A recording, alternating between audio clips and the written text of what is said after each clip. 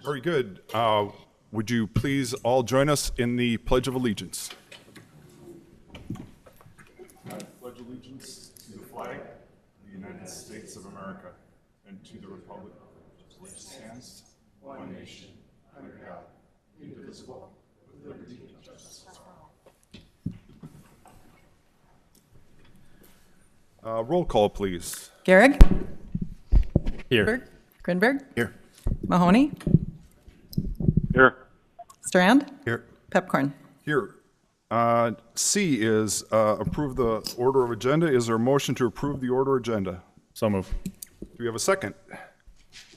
Second. Any discussion? If not, all those in favor say aye. Aye. Aye. Opposed, same sign. Motion carried. Aye. D is the minutes. Is there a motion to approve the minutes from February 25th, 2019 regular meeting? So move. Second. Motion and a second. Any further discussion? All those in favor say aye. Aye. Aye. Opposed, same sign. Motion carried. Aye.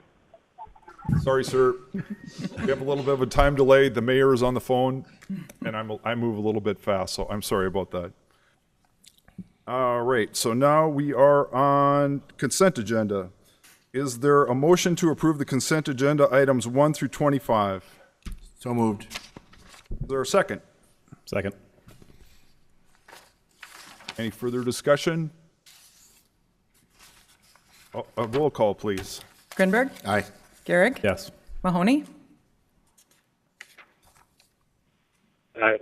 Strand? Yes. Pepcorn? Aye. Very good. And with that, we are on to the regular agenda. And the first one on the regular agenda is to set 7:30 a.m. Tuesday, April 9th is the date for the Board of Equalization to meet. Is there a motion for that? So moved. Is there a second? Second. Any further discussion? If not, roll call, please. Strand? Yes. Gehrig? Grinberg? Yes. Aye. Mahoney? Aye. Pepcorn? Aye. All right, next up is the State Water Commission with Mike Redlinger. Mike, will you help us with that? I'd be happy to, Commissioner Pepcorn and members of the commission. Before you this evening are 27A and 27B. 27A is for $135,130 of reimbursement requests, and then the Oxbow matter is 27B in the amount of $13,901, and we have the breakout detail if there are any questions from the commission. Are there any questions? Move 27A. We have a motion for 27A. Do we have a second? Second. Motion and a second. Any further discussion? All those in favor say aye. Aye. Aye. Or do we need to do roll call? Roll call. Roll call, please. Sorry about that. Grinberg? Aye. Gehrig? Yes. Mahoney? Aye. Strand? Yes. Pepcorn? Aye. And now we'll go to 27B. Do we have a motion for that? Move for approval. Second. Motion and a second. Any further discussion? If not, roll call, please. Grinberg? Aye. Gehrig? Yes. Mahoney? Aye. Strand? Yes. Pepcorn? Aye. The next item is Nicole with a giant check presentation from Gate City Bank. Nicole. Yes, so always like giant checks. Good evening, commissioners. We're pleased to announce Gate City Bank is here for their next round of fund pools. This is an important program that allows people to stabilize their housing and invest in their residences. And through the important work and partnership with Gate City Bank, we're happy to support this program. With us tonight is Gate City Bank. They're going to come over here to this podium to members of their staff are going to explain more details. Hi, my name's Barb Birchie. I'm a retail manager at Gate City Bank downtown, and I'm happy to be here on behalf of Gate City Bank. Thank you for having us and having us talk a little bit about the Neighborhood Revitalization Initiative. I'm so used to calling it NRI, I kind of trip over the full name. A cornerstone of Gate City Bank's mission is to provide a better way of life for our community and our customers. And the Neighborhood Revitalization Initiative really accomplishes this by allowing homeowners the chance to preserve their homes and therefore create a value on their homes and their communities going forward. Since 2003, Gate City Bank has made available $14 million and has helped 345 property owners, saving them over $1 million in interest. So today, I'm happy to have the opportunity to present an additional $2 million for the Neighborhood Revitalization Initiative and continue our partnership with the City of Fargo. Thank you very much. And can we have a round of applause? And do you mind if we ask a couple of questions? Nicole, maybe you can help answer them too. So is it for any neighborhood in Fargo, or is it strict? And can you talk about some of what are the limitations for the Sure. loan? Yeah, I was going to say, as you, we're obviously looking for a photo opportunity, but maybe some conditions on the program itself. So we're looking for projects in the range of $10,000 to $75,000.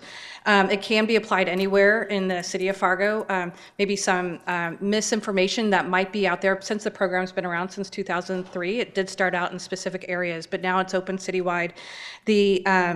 The assessed value of the property must be less than $250,000, and the home needs to be older than 40 years, as well as it needs to be owner occupied. So those are some of the components of the program, but basically where they come for an application, we have access on the city planning website. Basically, they can come and you can call 241-1474. We can get you to an application process. They start at the planning office, and then we coordinate with Gate City Bank as part of the processing of that loan and inspections program.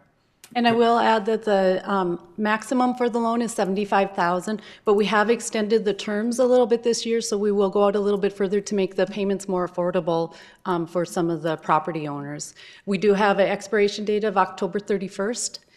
So we want to create a little bit of, that's when everybody's building anyway or doing remodeling usually.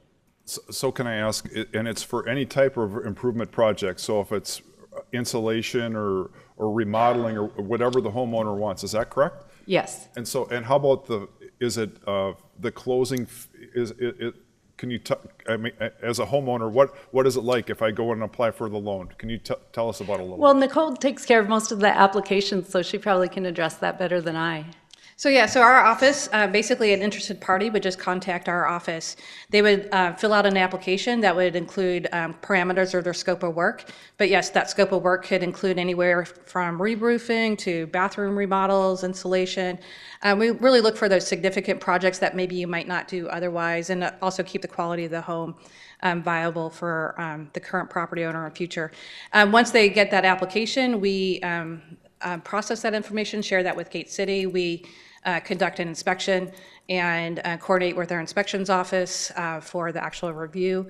And from that point, it just really becomes a relationship between the Gate City Bank and the homeowner. I think it's important to recognize that maybe some myths of the program, that sometimes people get this mixed up with the CDBG home rehab program. That's a federal program that's got many more layers of review by the city staff. And so it's not that program. This is really, anybody's eligible. It's really more about the property and if that's eligible. But in terms of, it's really working directly with Gate City Bank.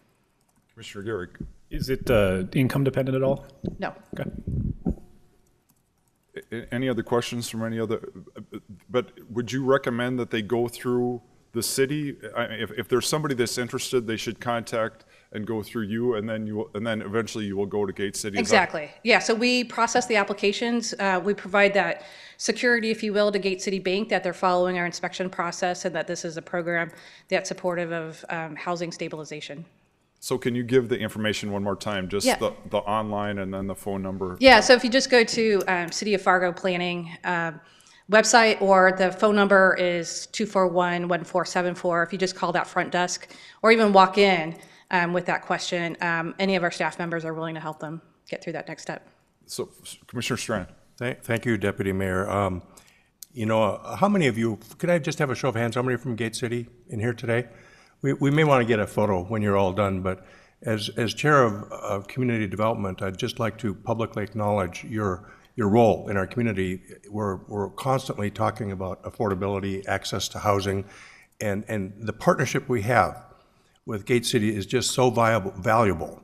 and integral to our plans and our efforts to open up more affordable housing to folks. So just know that it's so critically important, and in some of our at-risk neighborhoods especially, to know that this is available to folks, that they can, and for some beginning homeowners, you know, it's just sincerely appreciated, and we couldn't have a better partner than we have with all of you.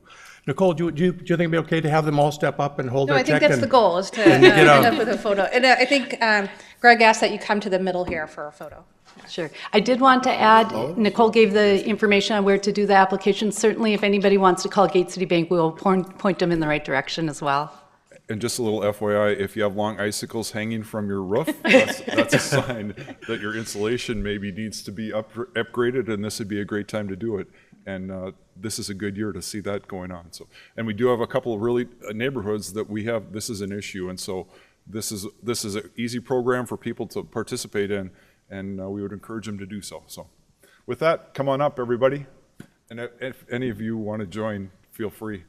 I'm going to go. So I always pick up giant checks. That's Photo op. Good photo op. Yeah. Sure. I'll move out of the way. Sure, I'm out of the way.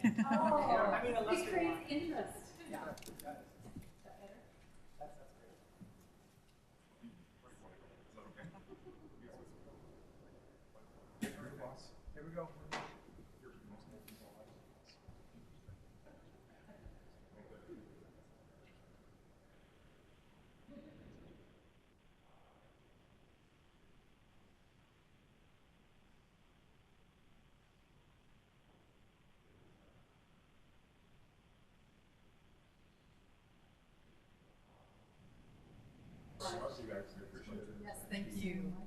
Thank you very much. Good to see you.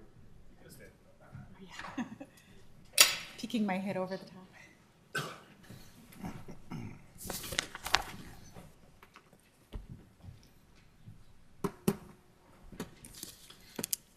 All right, so we have, well, we're close to, we have to wait till 5:15 for our next issue.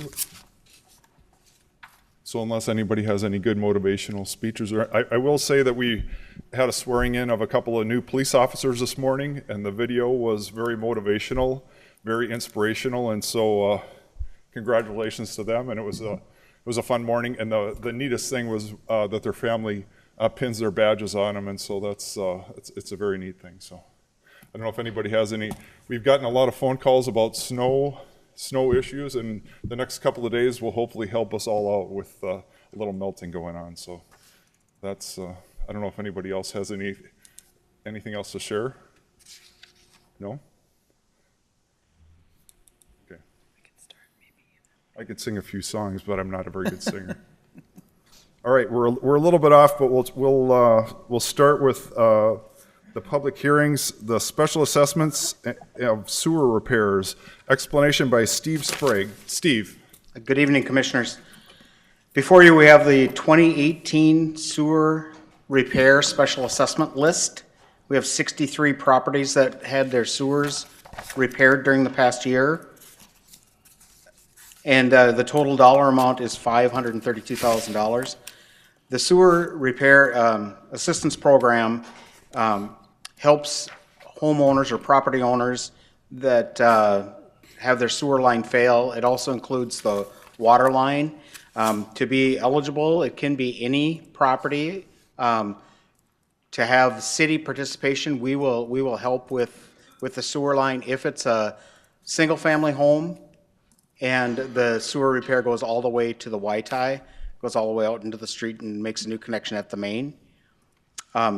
Otherwise, any other property is eligible, and it is a 15-year assessment, and it's a 5% interest. And the property owners have to petition into this assessment, so they're requesting that they get this assistance from the city. I don't know if there's any questions on this at all. Commissioner Gehrig. Steve, I think it's an important point, so I'm going to read it, that this is not an assessment that we're giving them. They've asked us to do this. It's an easier way to get a loan to get the repair done. They could easily go to a bank and have a private company do this for them, but they're requesting it from that. So I just want to make sure that's clear to the public, that this is a different type of assessment and a useful tool for homeowners who may not have good credit or whatever else to do that. So. Absolutely, and I will add one thing, Commissioner. A lot of times what we see is when property changes hands from maybe somebody that's elderly, doesn't use a lot of water, and then somebody with a family moves in. A lot of times within the first couple of months of that increased usage, we'll see that their sewer line, they start having problems, and so then they come, they get the repair done, and then they come to the city for help. So do we instruct the homeowners to get like multiple bids for this so that they're getting the best? We always request, we always advise if they've contacted us in advance that they get multiple bids. Sometimes homeowners are used to working with one plumber and then they want to use that plumber. Okay, good info. And then the 5%, that's the number that we choose. How do we come to that number? How do we decide that? It's set by policy. It's part of the sewer repair policy, the sewer repair program. So the 5%, I'm fine with it. I think it's a balancing act between not undercutting banks and being, giving. My first inclination was to give them a really low interest rate, right? That's what I want to do for them. But then, upon thinking of it longer, if we're undercutting banks and things like that, that's also not a good thing. So I think it's a fair number. I think that if any of us would have gone to a bank for a $15,000 loan for home improvement or something like that, or repair, it'd be in that ballpark. So I just want people to have some of the nuts and bolts of how we could get to these numbers and that it is voluntary, and we do instruct them to get multiple bids. So thanks. Commissioner Grinberg. Two-part question, Steve. Is this somewhat driven by tree roots? I mean, in our older neighborhoods with aging infrastructure, and then B, of this list, is some of this timed with, major street reconditioning, and we go into certain blocks, so some of this tied together with this homeowner saying, I might as well do my line as well, given it's been problems, or is it just kind of? So, yep, you're spot on. So tree roots and the old clay tile sometimes will just deteriorate to the point where it collapses. And then the homeowner, if they go to clean it out, they're pulling back clay. And so then that has to be repaired. The other thing is when we're redoing, if we're doing a water main replacement project, we've changed the policy now with engineering where when we do that, we're bringing sewer lines behind the curb. And so that if they then decide that they want to do from the curb to the home, they don't have to dig into the street and tear that up. So they are related. That a lot of times we'll see the property owners want to do that sewer repair when that street's being done. Commissioner Strand. Thank you, Deputy Mayor. I'm just curious, how many of these folks are under duress or have an incident which forces them to act? Or are a lot of them proactive? No, very, very much the other way. It's very much reactive. Their sewer line has failed. They're having backups, that type of thing. That's typically what we see. As long as everything's working, nobody thinks about it. So. And are there some neighborhoods that are more vulnerable than others, I'm guessing? Well, older neighborhoods, with the clay tile. Mm-hmm. Yep. It's a good program. Okay. It is a good program, and I've had many people tell me that Moorhead and West Fargo do not offer anything like this. So, is there anyone who wishes to address the City Commission regarding these special assessments? Is there anyone present who wishes to speak? If not, we'll close the public hearing. Is there a motion? So move. Second. Motion and a second. Any further discussion? Roll call, please. Strand? Yes. Grinberg? Aye. Gehrig? Yes. Mahoney? Aye. Pepcorn? Aye. Next item on the agenda is Aaron Nelson to talk about the SHOTS 4th edition. Aaron. Thank you. Good afternoon. Item 29B is a request for a zoning map amendment in order to modify an existing conditional overlay zoning district as it relates to the use of portable signage. The subject property is a commercial development located on the east side of Veterans Boulevard, north of 36th Avenue South. In summary, this existing conditional overlay allowed portable signage until June 30th of 2018, and the applicant is essentially requesting to extend the sunset clause until June 30th of 2021, or until full build-out of the development, whichever comes first. The requested modification to the conditional overlay language is on the screen in front of you, and it's the developer's intent to construct permanent signage for the development once it approaches full build-out, but in the meantime, they just want the ability to allow portable signage for the time being.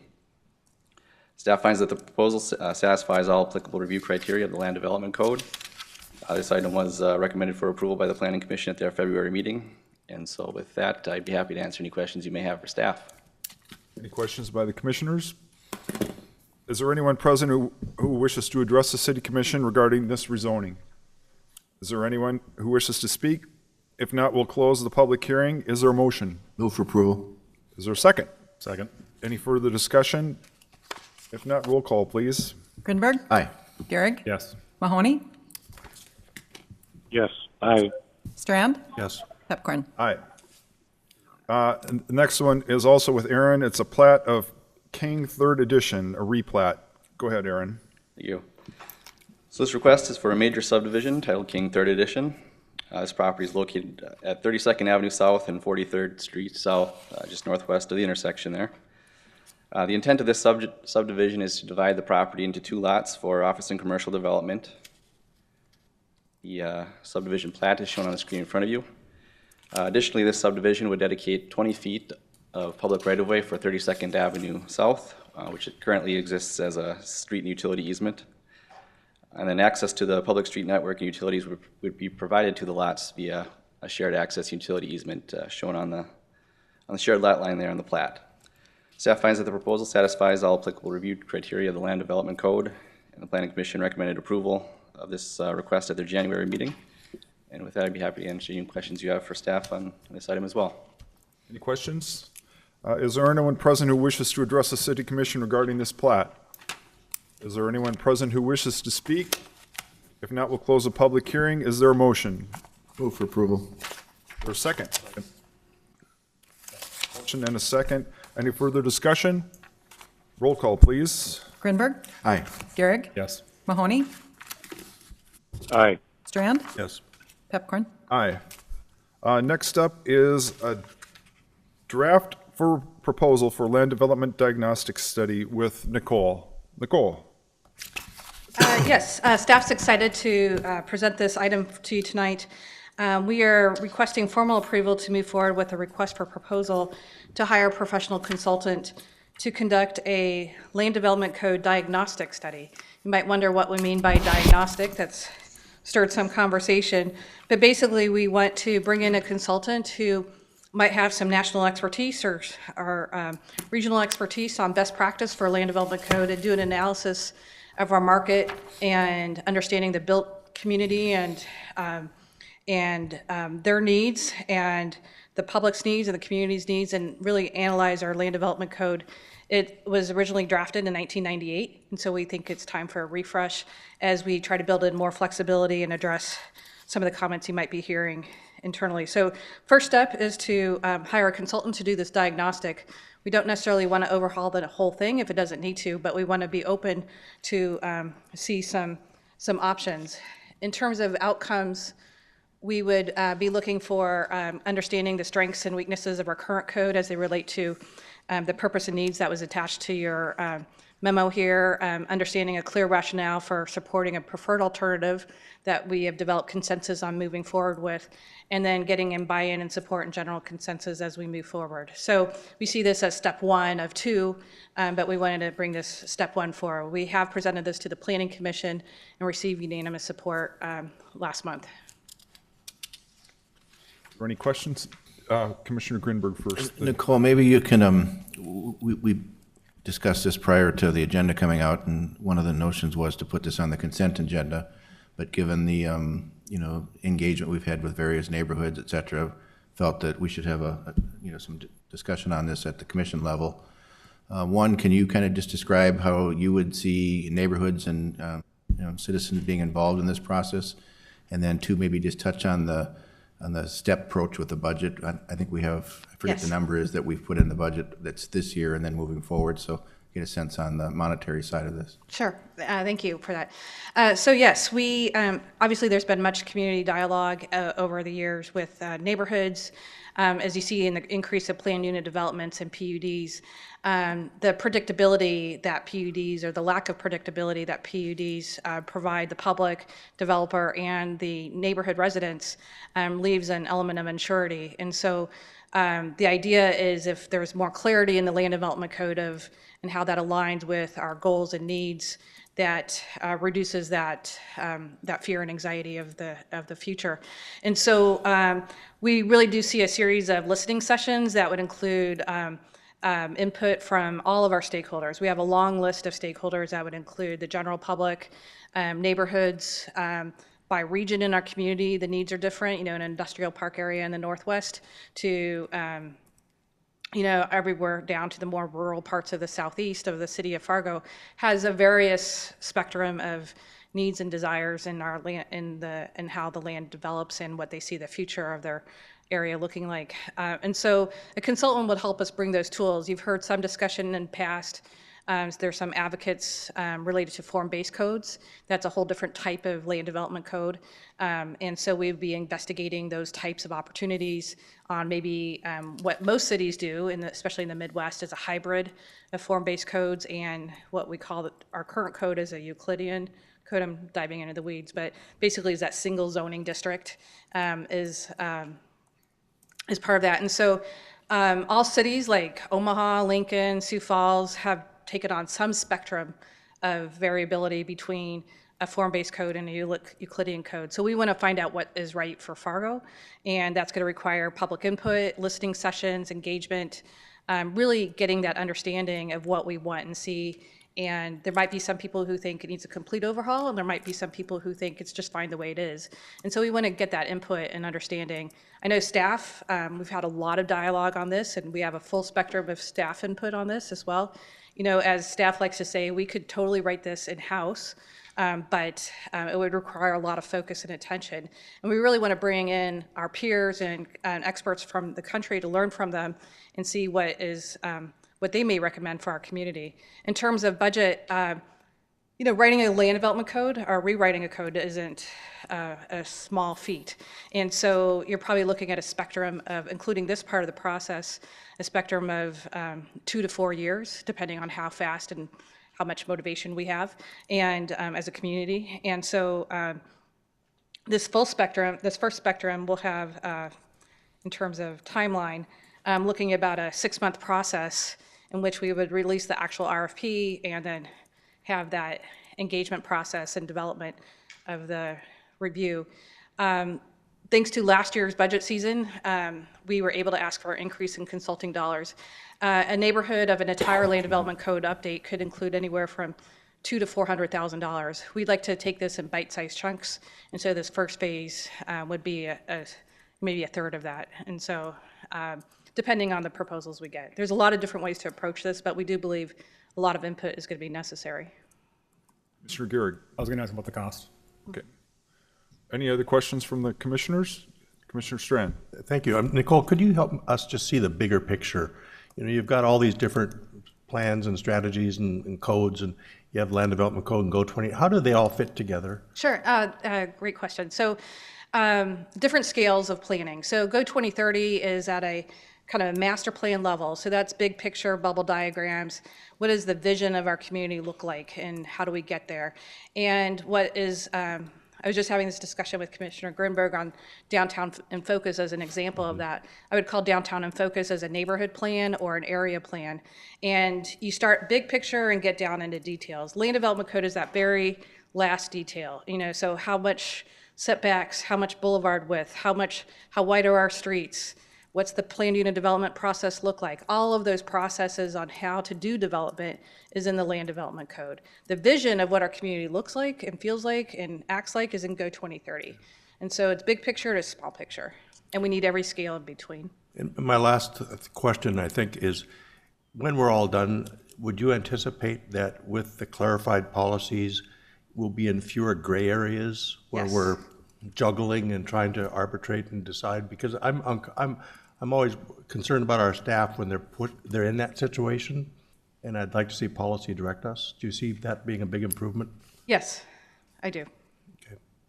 Any other questions? Otherwise, do we have a motion? So move. Do we have a second? Second. Any further discussion? Roll call, please. Grand, Yes. Grinberg, Aye.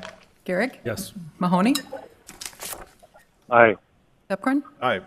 Next up is number 31 with Mike Redlinger, amendment number 1 to project partnership agreement with the Army Corps of Engineers, et cetera. Thank you, Deputy Mayor Pepcorn, members of the commission.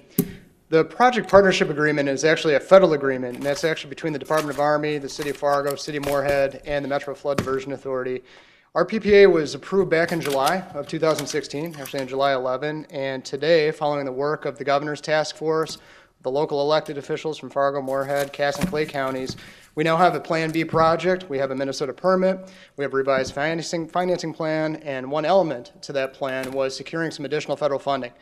And so the sponsors recently visited Washington, D.C. to talk about that federal funding request and discuss amending the PPA. And we're pleased tonight that the federal government has approved on March 4 of 2019 an increase in federal funding for our program from $450 million to $750 million. So a net increase of $300 million to support the project here in Fargo, Moorhead.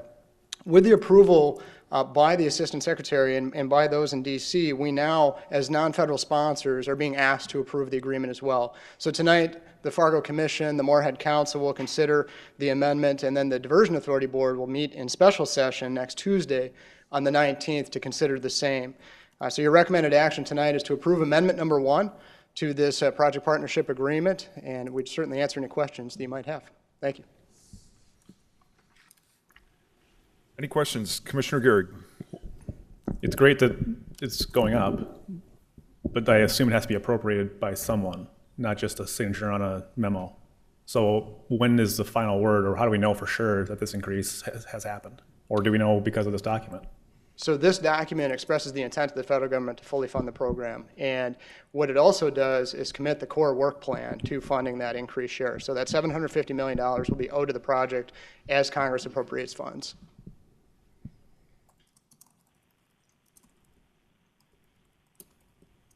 It's a big deal, Mr. Chairman. It's a big deal. It's a contractual obligation. A lot of effort went into, working this through. And if you go back, as Mr. Redlinger said, the blueprint for the diversion was set in the 2013 legislative session. It had a number of requirements, one being a PPA agreement, which was commenced in 2016. The effort with the threshold of the federal authority at that time, and then the $450 million that was chosen was because of the P3 contract to bring down cost. And so all things considered, there was a simple amendment to the PPA of adding $300 million, yet within the threshold of what was originally intended by the federal government. And as noted, the increased support from the state of Minnesota, legislation has been introduced, another increase of $86 million. And on top of the North Dakota legislature underway now with the request of $300 million increase as well to meet the budget with, in 2018 dollars, the $2.75 billion project. So, a lot of effort's gone into this, and, Senator Hoban has been yeoman's job in putting this together and his leadership as an appropriator in the United States Senate. But I was part of the delegation that was in Washington a month ago, and I can tell you the Corps of Engineers is very excited about this project, as well as OMB and the stakeholders in Washington about what this means as first with a P3 project and what it could mean for savings and other projects across the country. So giant step forward, great timing. Last week, Thursday and Friday, Diversion Authority officials testified in front of the State Senate, State House, and we're continuing to work through what is the most plausible route with increased support from the state as well to close out the financing. So great job, everyone. Mr. Strand. Commissioner Grinberg, would your sense be that this will really pave the way at the state level for shoring up the support? Not that we didn't have it, but it certainly won't hurt at all, will it? Have this federal commitment stepped up? On the front half of the, Commissioner Strand and Mr. Chairman, on the front half, the questions coming from the State Senate were, is the federal government really committed? And now they are to, the process of the permit and the various local stakeholders, the Buffalo watershed, and a contested case hearing. Given the fact that some of that could draw this out a little longer, the concern was, if we dedicate a certain amount of funds, will it be stranded for a period of time until these other issues are resolved? And so that continues. There's a meeting, I think, tonight with the Buffalo Watershed to see what their final resolve is and what that means. But the optimistic side of those, that whether it's Minnesota stakeholders or North Dakota, in my opinion, that'll work itself out to have a green light.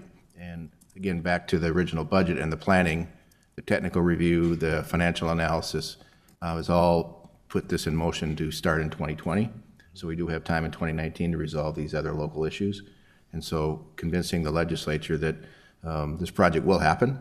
It's just a matter when the green light is officially made by, you know, the process of the DNR permit and the injunction going away by Judge Thunheim. It's all in motion. Commissioner Strand. Last comment I'll make on this is, you know, there's lots of debate about the diversion and flood protection, but just look outside, you know, with what's going on right now and the risk we're potentially facing with the weather climate challenges out there. This is absolutely, utterly essential that Fargo gets its protection in place. And the timing, like you say, is really, really good in this capacity. But I think we're all concerned with the weather right now and what might be coming down the river at us. So we should thank the feds for their stepping up their support. Any other comments or questions? Otherwise, do we have a motion? Move for approval. Do you have a second? Second. Any further discussion? If not, roll call, please. Greenberg, Aye. Strand, Yes. Garrick, Yes. Mahoney, Yes. Pepcorn, Aye. Number 32, the spring flood outlook. You should be wearing one of those pointy hats with, I didn't know you were going to do the prediction like that, with Bruce Scrubb, Nathan Borboom, and Ben Dow. Yes, thank you, Deputy Mayor and Commissioners. Last Thursday, March 7th, the National Weather Service came out with its latest, what they call probabilistic flood forecast for our area. I think this is the third probabilistic forecast they've come out with so far this season. But as you probably can guess, the risk of flooding has increased. The most recent probabilistic due to two predicted snow events. One occurred just last Saturday here in Fargo, and the other is predicted to occur on Thursday. And so I think if you're anything like me in the neighborhood I live in and you run into neighbors, a lot of snow, and everybody is starting to ask the question, are we really in for something here? So I think it was a good idea that somebody requested that this be placed on the commission agenda, and even has asked that we, every 2 weeks, continue to provide these updates, and so we'll do that. I've asked Nathan Borboom to give a short presentation tonight based on this most recent probabilistic forecast and what it might mean to us here, particularly if in fact we get into the higher flood levels, what that means as far as emergency protection go. And then I thought it'd be a good opportunity as well to talk about the permanent improvements that have been made in Fargo and the impact, the positive impact that will have on us. So the next probabilistic forecast will be coming out a week from Thursday.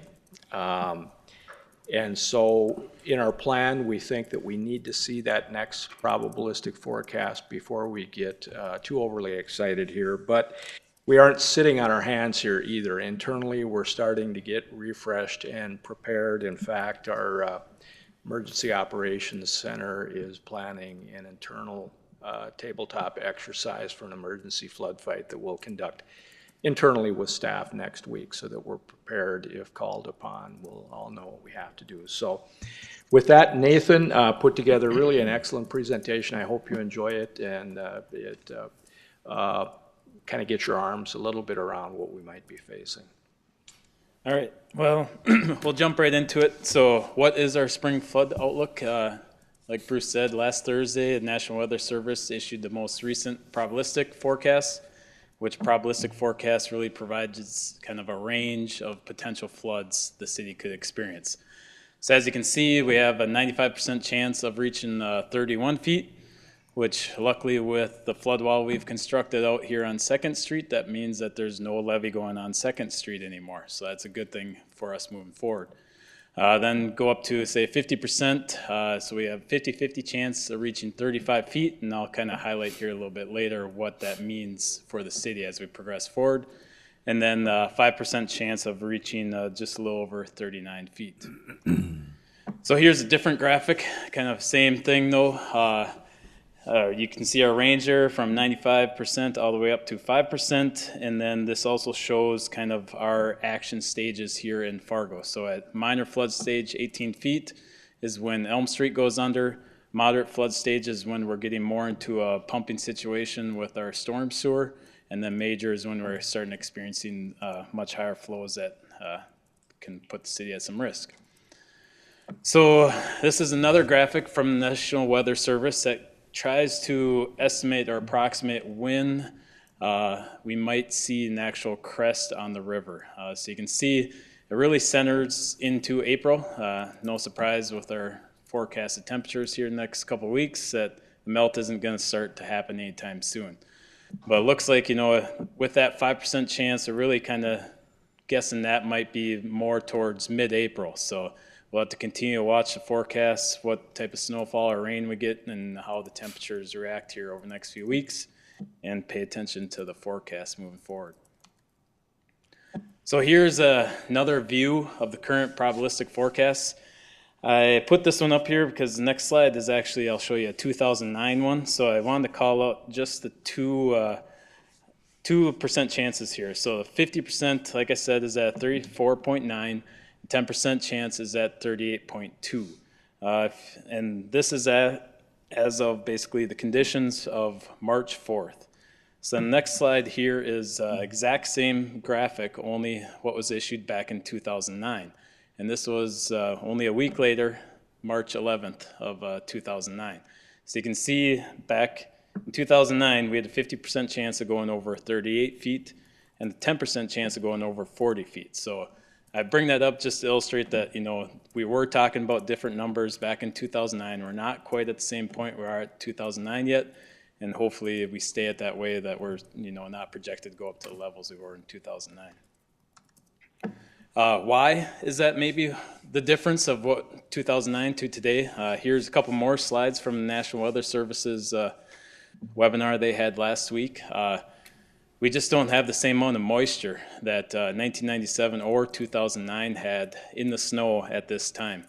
So you can see in 2009 on the right-hand side, you know, there's a wide range of, you know, 4 to 5, it's even high as 7 inches of moisture in the snow out in the basin that flows through Red River Valley here in Fargo. 1997, a little bit less than 2009, but there's still a lot of water out there. And then you look at today, we're quite a bit less. We're around, you know, 1.5 to 2.5 inches above historically what's on the ground at this point in the snow, or in the water in the snow, but still enough that we have to pay attention here as we melt, how fast we're going to melt, what type of flood we may experience. So what do these various levels mean for the city of Fargo? Well, 95% chance of that 31 foot means that Ben's guys are going to be busy. They're going to be manning all our lift stations, having all our gates closed. We're going to be at full pumping conditions. So any sort of snow melt or rainfall that falls in the city will all have to go through our storm sewer lift stations and get pumped out to the river. At that point, we still have a closure on 2nd Street South, unfortunately, because we're, as you guys I'm sure have seen, the crane on 2nd Street down there. We're in the process of completing the last project down there that will prevent us from having to install emergency levees on 2nd Street in the future. Won't eliminate the road closure, but we'll still have, at least not have to do any clay levees on there. Elm Street, like I mentioned, at 18 feet gets closed. And then also at these levels, 12th Avenue North and the Broadway Red River bridges will be closed as well. Moving to just shy of 35 feet, at that point, there is today still some emergency clay levees that we will need to construct. They're really fairly isolated, small areas though, basically kind of ditch plugs at this point that we haven't quite buttoned up those projects. We will be installing the new removable flood walls out on 2nd Street North here, just on the other side of the building here at the 1st Avenue North crossing, as well as the 4th Avenue North opening, which means by installing the 1st Avenue North ones, though, the bridge becomes closed at that point as well. Going to 10%, at this point, sandbag levies are becoming part of the conversation. We may have to be starting to put out some sandbags at this point, as well as doing additional clay levees as well. Another bridge is closed, so you can see as we keep on ramping up, we keep on having more traffic impacts. Similar to 39 feet, now we have 2 additional bridges closed. Those are out on the drains, out near Fleet Farm and Timberline area, where we have those 2 bridges all get closed. And then, of course, for every foot we keep on going up above 39 feet, a lot more work has to be done. So kind of is more of an exponential growth at that point when we get up to these higher levels. So that's why we'll be paying very close attention to these next few forecasts. Here I thought I'd just kind of provide you a graph of all the hydrographs of the previous floods that the city has experienced. Main reason for showing this is you can see that historically, whenever the water actually starts moving in the river and we start seeing the river start to increase, we usually see about a 2 to 3 foot average rise in the river up to the crest. So the red dash is actually 2009's flood. The red solid is 1997, and the purple one would be 2011 actually. As you can see though, typically with the exception of 2011, once the water starts moving, we have usually about a week or so before the river crests. So that's the time period where we have to get out and deploy all those emergency measures before we reach that crest elevation.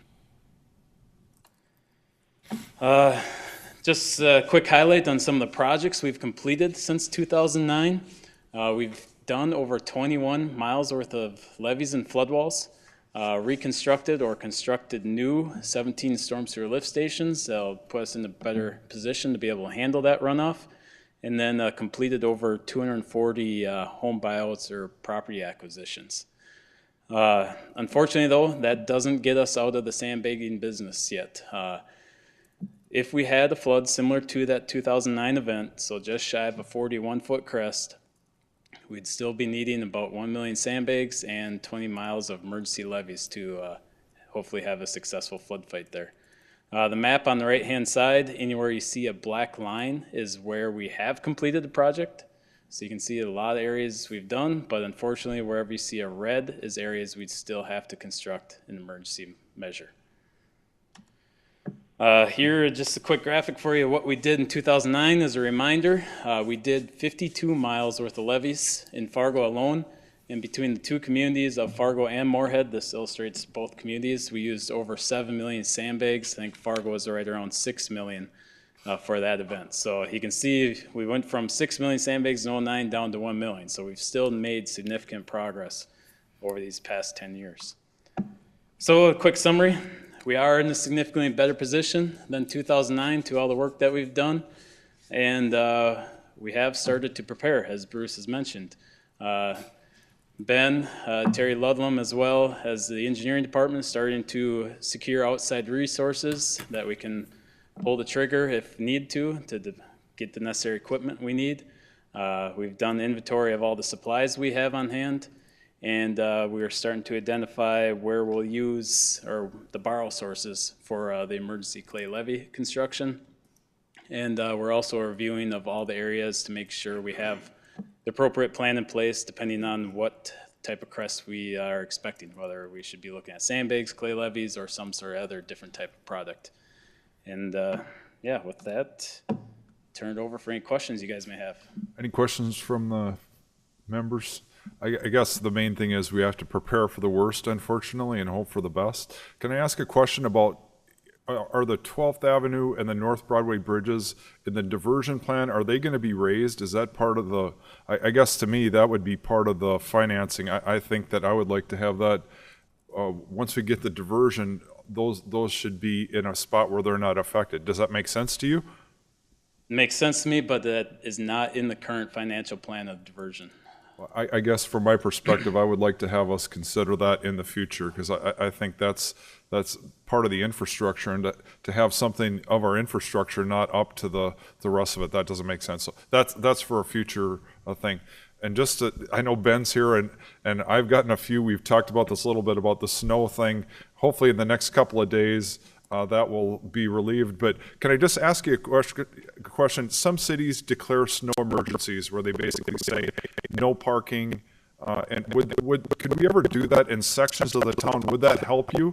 Or is there something like that you'd recommend this is for next year or in the future?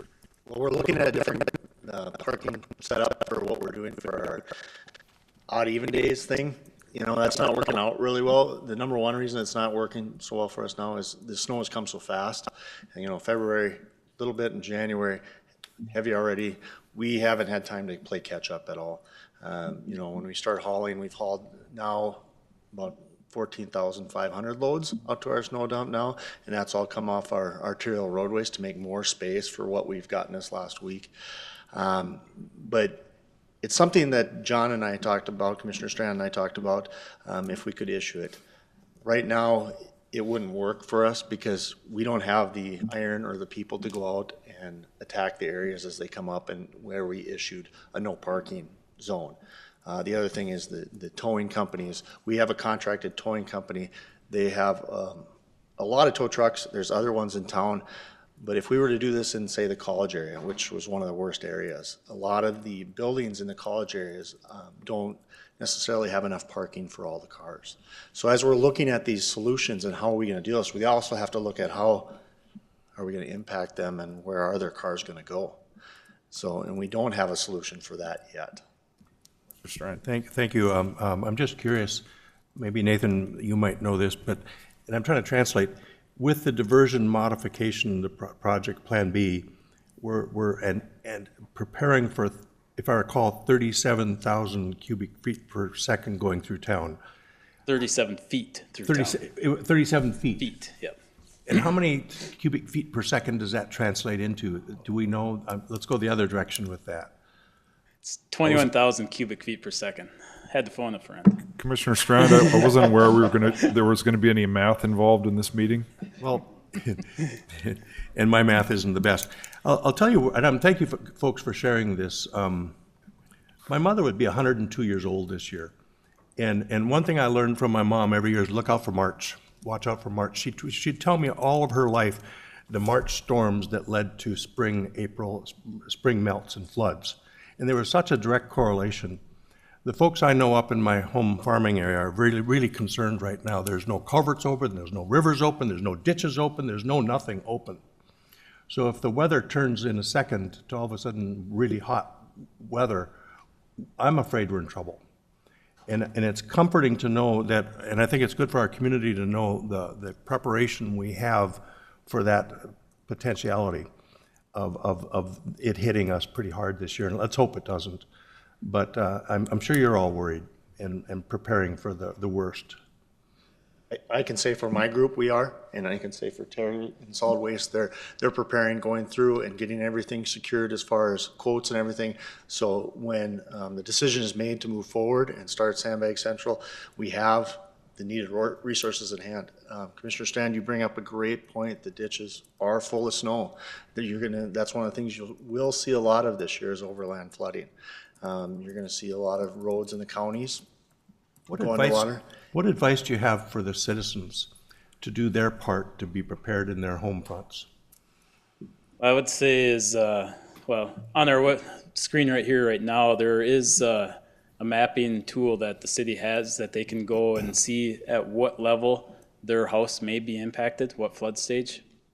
So I'd suggest go to our website, get themselves educated at what level their house may be impacted as first step, and then keep close attention to the forecast. And I know Cass County has alerted folks to get flood insurance. Are we past that window potentially, or is there still an opening for folks to get flood insurance? So you can always go buy flood insurance, and you'll never hear a City of Fargo employee say you don't need flood insurance. Everybody should always carry flood insurance, but unfortunately there is a 30-day window in order for the flood insurance to become effective. So today is the 11th, so it all depends on when we actually see that melt, but I'd say it's not a bad idea to go get it. Mr. Grinberg. Nathan, if we have to fill 1,000,000 sandbags, how many volunteers and how long would it take to accomplish that task? And two, our procedures and policy of notification, if next week, the 19th, 20th is a determining factor to, data suggests we need to fill 1,000,000 sandbags, is there a lead time to organize that from lessons learned in '09 where it was kind of, helter-skelter to get it done versus a more methodical approach? Any thoughts on that? Spent many years out at Sandbag Central, so yeah, we've been preparing for that. We need, we're undergoing the, getting through the procurement process for equipment and materials, so just spoke with Terry Ludlam out at Sandbag Central. He thinks he would need about a week to get all set up, and then 1,000,000 sandbags. We have, I don't know if you recall this, but 3 what we call sandbag spiders. In a 10-hour day, each of those, if they're fully staffed, can produce about 50,000 sandbags. The unfortunate part when it comes to volunteers is each spider needs about 80 people to operate at full capacity. But experience shows us that we can do about 150,000 sandbags a day. So the good news is we could get 1,000,000 made in about 6-7 days if need be. Now, to say that we're going to hit the flood of record levels today, I think that's an awfully big number, which is why we'd like to wait for this 19th forecast to come out. I certainly hope we don't hit that record flood again this year. So again, it's been declared not a math night, but if I'm following you, is that 500 volunteers for 6-7 days? We, back in 2013, our most recent flood fight, we were asking for 200 volunteers because 500 at Sandbag Central, it actually gets so full that you can't move. But optimum is 200 volunteers at any given point in time out at Sandbag Central. Very good, thank you. Any other questions? We realize this is an ongoing thing. Thank you for the update, and we'll just keep on top of it. So, yeah, we'll see you in 2 weeks. Thank you. Thank you. All right, number 33, authorize engineering department to obtain appraisals and begin negotiating process on properties in the Belmont area. Jody Bertrand.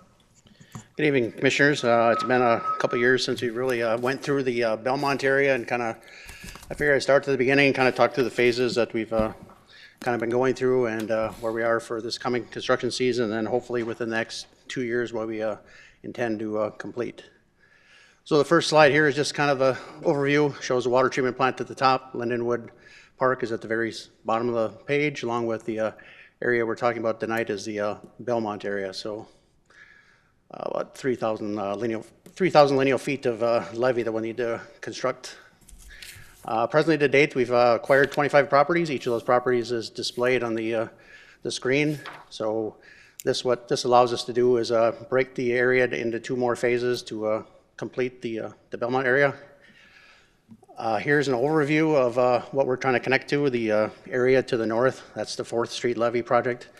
That'll actually connect into the water treatment plant. On the south end of the project, if you start at I-94, just off the screen there, we've got a levee that goes up the east side of 5th Street and kind of stops at the phase 1 of Belmont, which is the lift station number 13. Some of the basic features, like I said, it's 2,800 feet of levee we're going to construct or flood wall. We also had a storm sewer lift station, which we have completed, and as part of that, we're doing a lot of utility relocations and trying to provide protection from the 100-year FEMA floodplain.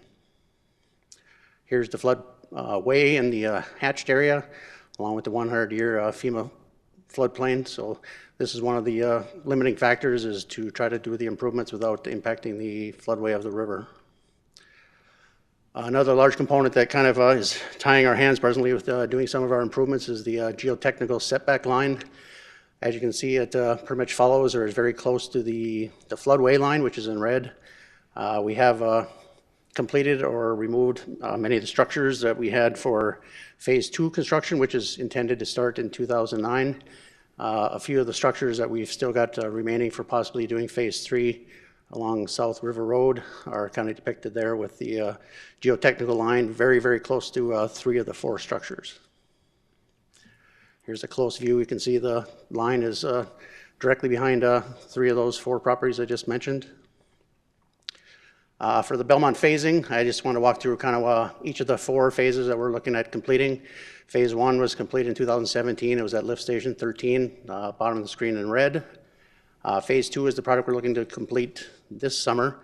So we've actually acquired 4 of the properties, and we've got just 1 clear zone easement to maintain, or I'm sorry, acquire. Phase 3 and Phase 4, we're looking to either do those concurrently, or depending on how the structure or the buyouts move forward, one of those might slip a year. But presently, I think they're looking at getting funding through the FEMA grant for the water treatment plant improvement intake structure. Phase 1, like I said, 2017 construction. We got the Park District to work with us. The lift station used to be off the east side of Lindenwood Drive there. Very hard place to protect with levee against the structure and the fencing. Now it's been moved south of the church on park property, and it's a great place to go ahead and tie in from the south and then also into Lindenwood Drive when you do the temporary measures. Here's the picture of the 17 improvements. They've got all the flowers. Looks very lovely for a lift station, in my opinion. And here's Phase 2 I was talking about. This is anticipated to start this summer. What it is there's flood wall on the very south end of the project, and then levee that kind of is anticipated to be completed, or actually remaking of the rebuilding of the levee that's existing on many of the properties just on the point. So this product does have all the properties acquired, so anything that we're doing this year, which we'll be back probably within the month to ask permission to advertise and go out for bids, this is a product that we'll be discussing.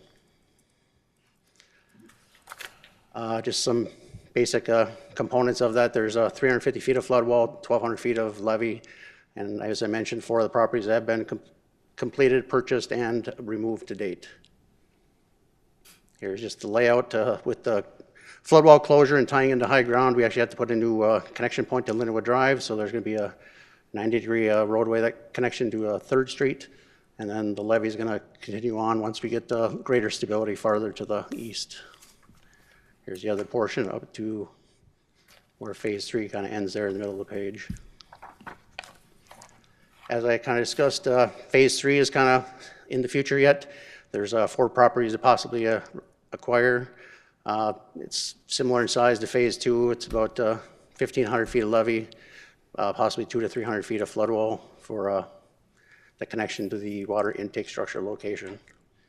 As part of Phase 3, it's been things we've had to look at, or things that have been controlling the design of that, is the aforementioned that the floodway itself, we're trying to stay out of the floodway for FEMA purposes, water level impacts, and then the geotechnical stability line. Anything typically what's installed river-wise on the wet side of the geotechnical line is unstable typically, so we have done a couple soil borings, and that's what we've used for the edge of our alignment for where the levee starts and proceeds to the west. Other things that we have looked at is 2 years ago when he first brought this overall product to the City Commission, there were some comments that we should be looking into other alternatives. We have done that. We've looked at many different engineering alternatives where they're behind the homes. We've looked at the cost of those improvements, and I think that the numbers that we evaluated and determined, they would far exceed the values of the properties that are remaining. Again, Phase 3, 300 feet of flood wall, 1,500 feet of levee, the 4 remaining properties. Again, levee hopefully to be installed just slightly just outside of the sidewalk location like we have on River Shore, Hackberry, and those locations. And you approach the water treatment plant where there'll be a transition to some flood wall. Phase 4, this is information I've kind of received from the water treatment plant folks. They have submitted for their grant funding. The April-May timeframe is when they intend to get selected. Hopefully they'll get their $6 million they're requesting, and that'll tie the 4th Street levee or the lift station location at 12th Avenue to Phase 3 of our project in Belmont. Timelines, which kind of brought us to this. On November 7th, we came forward with the overall Belmont, so Phase 2 and Phase 3, the alignments that we intended to construct. About 2 months later, City Commission met again, and they actually removed one of the properties, the 1458, due to the fact that they were looking to see if there was going to be some impacts by the historic registry. After that time, they did submit to the Fargo Historic Preservation Commission. They passed, said it was historically significant. A few months later, then they were actually enabled and actually were placed on the National Registry for Historic Places. So there's kind of the site number. In regard to the process moving forward, presently there are no federal funds, so the caveats there were for historic documentation or doing the oral history with the owners, large format photography, and doing some as-built that are kept on file for the future. This is a state and local funds for the Belmont project, so there are no mandatory historical documentation, but in the past, the city has done some historical, as you can see, American building surveys where we did nearly the same type of information, so if that would be what the commission would direct, we would be more than happy to move forward with that type of process if we move forward with Phase 3. Presently, we've selected an appraiser through our MSA. We have a quote for what they would charge us to do that. If we did the appraisals or given direction, we would go ahead and do that hopefully this spring and summer of 19. And then upon the completion of those, then the actual negotiations could commence, which would then go ahead and work towards either a value or a timing type concerns with the remaining property owners.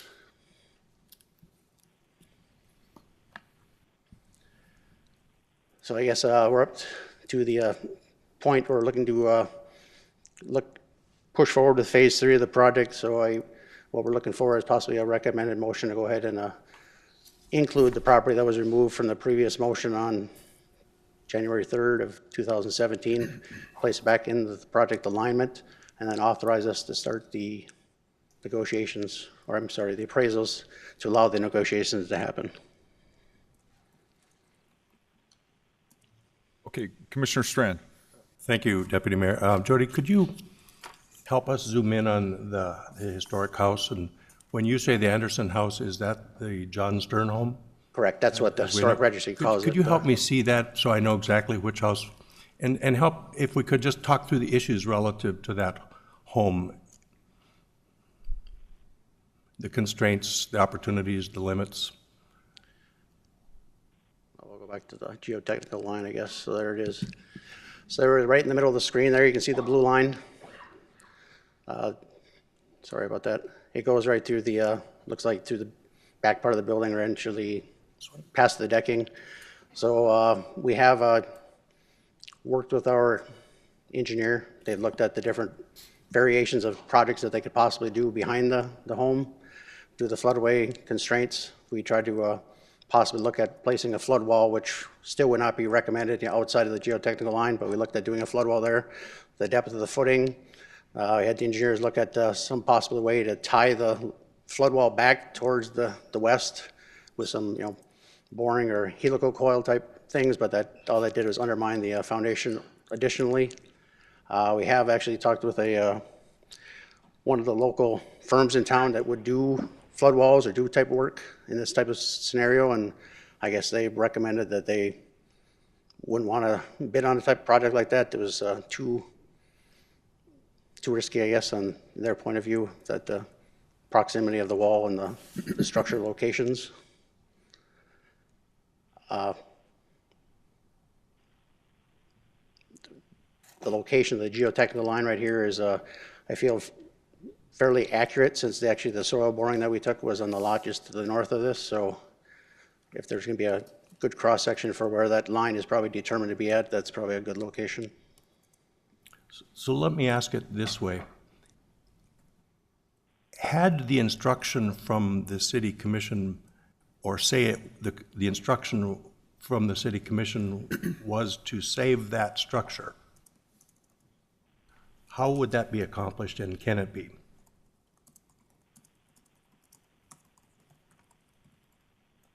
If that was our decision that we intended to actually save that historic structure.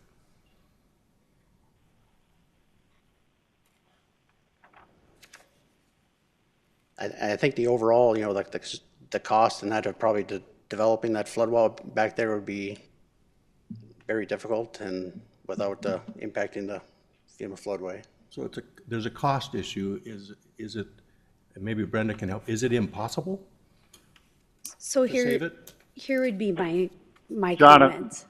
Oh. I think that was Mayor. Oh, that's the mayor. Okay. So my comments would be, you know, John, Brenda can comment to this, but we don't have any contractor that'll bid that project because it's so unstable. So the problem we have, even if it's $2 million, we don't have any contractor that wants to go in close to that house because it's too tight in there. And if you look, you got to look at the sandbagging. We just couldn't protect the house.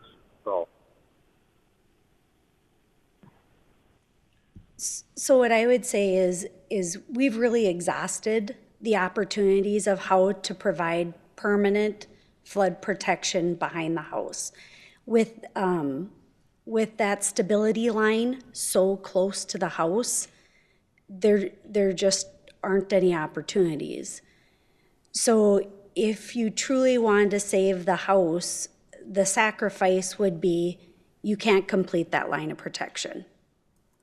So And certify it. So that's right by, unfortunately, the water treatment plant, where we are strongly looking to try and provide 500-year flood protection since we are servicing multiple communities with the water treatment plant.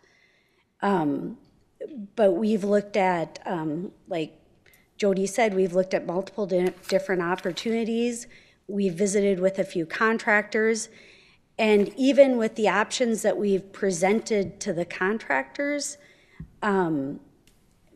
because we haven't gone into an in-depth of we're on the wrong side of the geotech setback. We've gone with if we were on the right side of the geotech setback.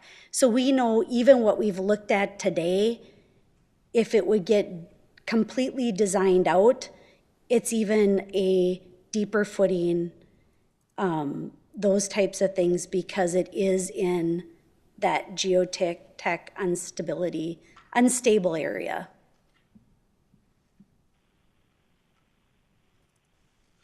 And so, I mean, really what we're asking for today is to start visiting with the homeowners and to see what will happen. And then we're gonna be back. We'll come back and either if there's a purchase agreement or if we need to go further, we'll be back in front of you, visiting with you. But that's really where we are today. Commissioner Strand.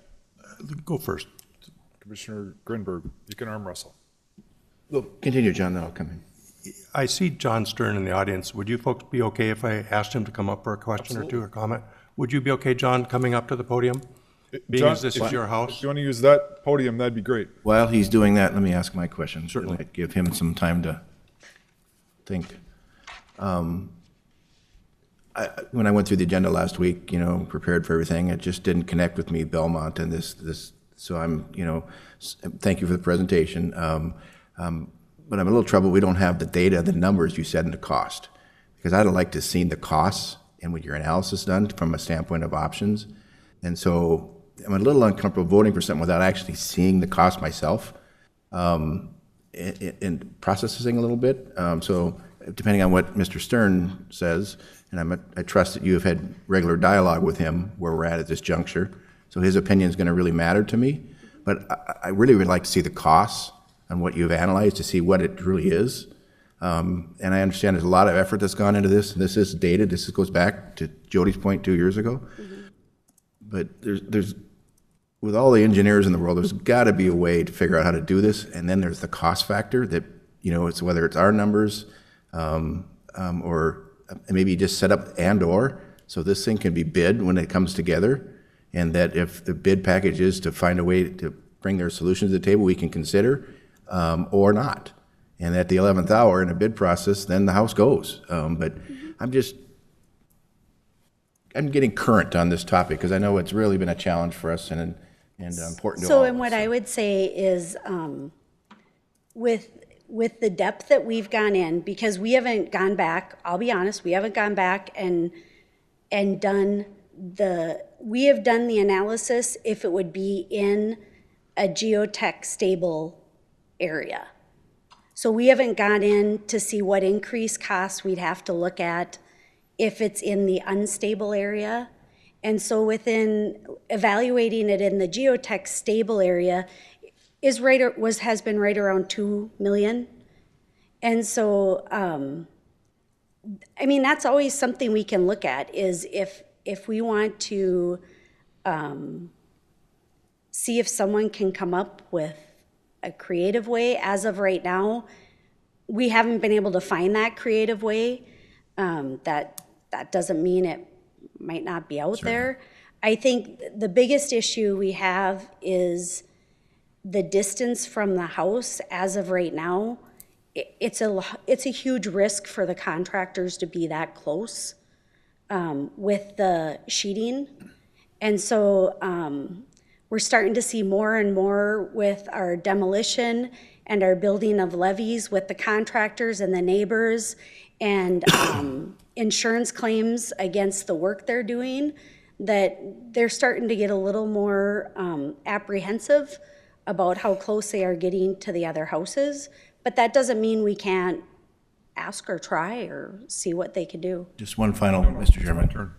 I'm the chairman. So the key thing is, the motion is to begin negotiating with the 4 homeowners. So this isn't a final decision. This is just a beginning of the process. So that's the other thing I want you to think about, is we're not closing on anything today. There's 4 homes left to do. And I will say, this came up a long time ago. This is about protecting the water treatment plant and all the homes behind this, not just one house and one homeowner. This is a critical part of our city that needs to be protected to 500 years. Okay, go ahead, Commissioner Greenberg. And we need to move on here from John, but then also a reminder, part of the troubling thing for me was the last time this was before the commission, there's a quarter, maybe a half mile further south that will not have 500-year protection. Our plan has always been to clay levee when times call for that, and that's less than 500 yards from this house. So we're not going to have 500-yard protection in this neighborhood. We're going to rely on clay levees at times in a 500-year event. Correct me if I'm wrong, but that whole strip along that area south will not be permanent to 44 or whatever we have. So that's the other part that really is connecting the dots here, because the house is at 40 feet.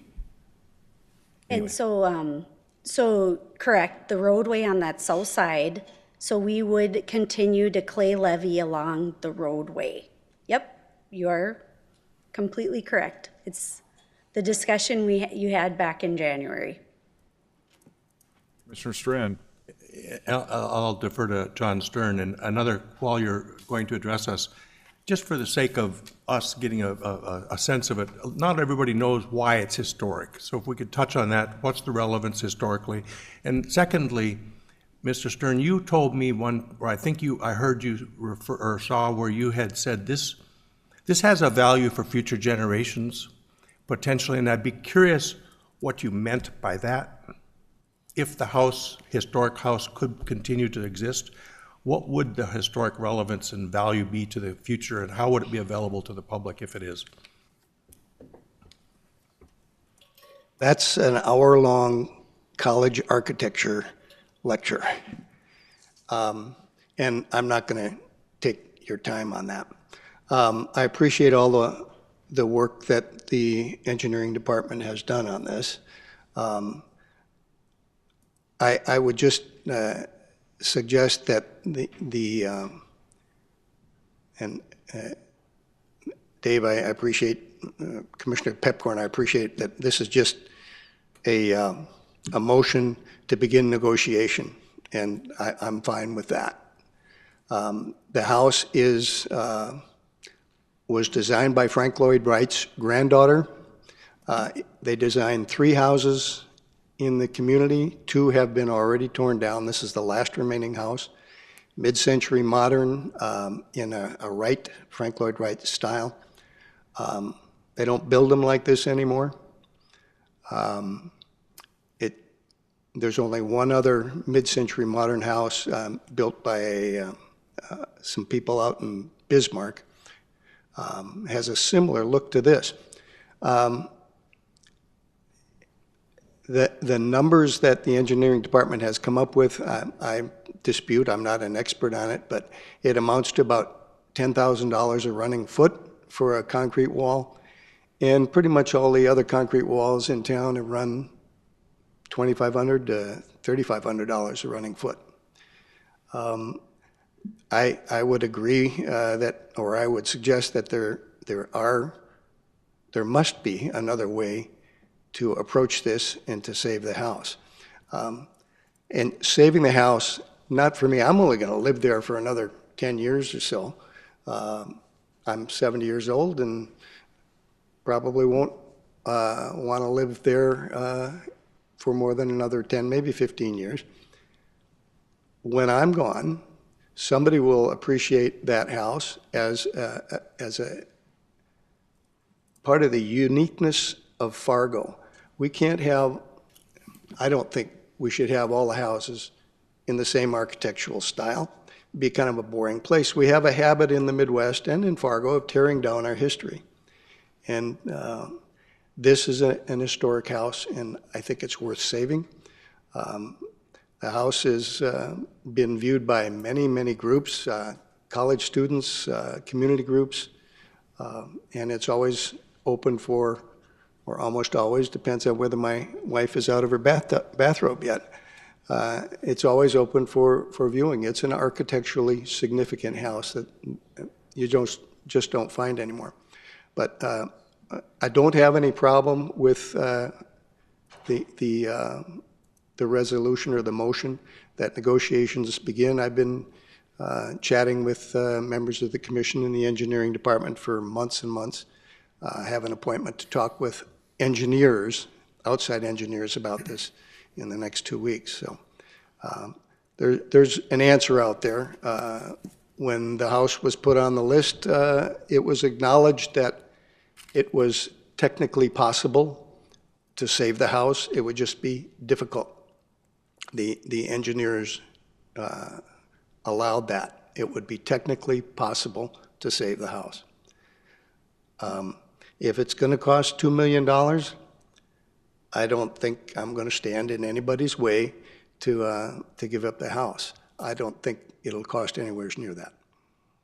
But I don't have any problem with the motion. So. Any other questions, Commissioner Gehrig? So I remember this debate really well when it first came up, and John, I'm glad you just said what you said, because it's the same thing you said that long ago, that if it costs that amount of money, that much more than the value of the home, then you wouldn't stand in the way. So I'm glad you repeated that, because that was what I was going to bring up this time around. Ultimately, it's a risky, costly endeavor. It might be possible. We might break your house in the meantime, right? We could demolish your foundation, and then we'd have a weak point in our wall that can't then be certified, possibly. So I think as commissioners, we're trying to look at the best good for the city. John, you're taking the angle of historic value, which is valid. You want to know the cost, that's valid. But we do know this is more expensive than for one home, we're going to spend more money than we have spent on any other home to protect it. And we have a way forward. So this is a first step, like the chairman said. This is not a final decision, so I'm hoping we can move forward with this decision and then have the greater debate when it comes to that time. So I'll make this adjusted motion. We have a motion. Do we have a second? Second. Any further discussion? Roll call, please. Excuse me. I'm sorry. Deputy Mayor, I'd like to Mayor. I'd like to make a comment. The issue with the John Stern House is geotechnical stability, and we put at risk the water plant if we try to build anything behind it. When we've talked to 2 of our major contractors to do flood walls, they refuse to put a wall behind there because they do not think technically it will work. It will damage the house in some ways. And much as I'd love to move John's house somewhere, it's hard to do that. We need an appraisal on his home, so that's part of what this motion does. So let's get an appraisal and see what we can do to help he and his wife out.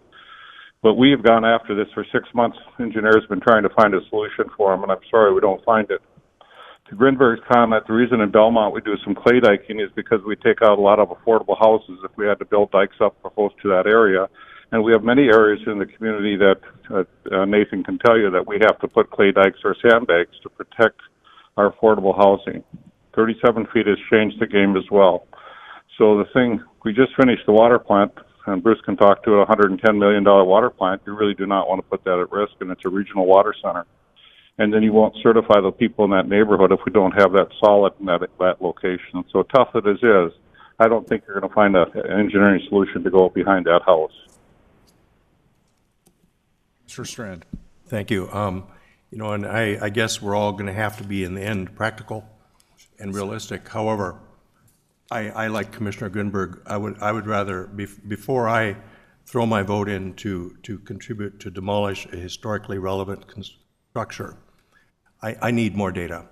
I need more confirmation that we cannot save it affordably and that it would put the neighborhood at risk. And John, you'll get that. With this motion, you'll get the ability to have John get an appraisal. You'll have the ability to have people go in there. But at some point, you need to tell the engineers what else you want from them, because they're giving it all to you right now. And you guys will have to just outline what you'd like to have the answers, and that's fine. We're happy to do that. But all tonight's motion does is we need to start talking to the owners, and that's what it helps us do. Thank you, Mayor. And again, you won't easily see me vote to demolish a historically protected building unless it's absolutely the only option we have. I'm tired of this community, and maybe some of you know I've had some involvement with protecting and fighting for historic buildings against government subdivisions. And somebody needs to stand up for these structures that don't have a voice. If there's any way at all we can affordably, feasibly, without putting the neighborhood at risk, save a structure on the National Registry for Historic Places, that's where I'm at. If we find out in this process that it's not doable, it's not possible, we cannot under any circumstances do it or afford it, I'm there with Mr. Stern. But that's where I'm at. I'm going to fight for historic buildings every chance we can until there isn't another option that's viable to us. But I'll vote for this motion to open this process, knowing that's my predisposition, just as one commissioner. Any other comments or questions? Otherwise, roll call, please. Gehrig? Yes. Grinberg? Aye. Mahoney? Aye. Strand? Yes. Pepcorn? Aye. Very good. Thank you very much. Do I have a motion to adjourn? I'll make that motion. Do I have a second? Second. All those in favor say aye. Aye. We are adjourned. Have a good evening.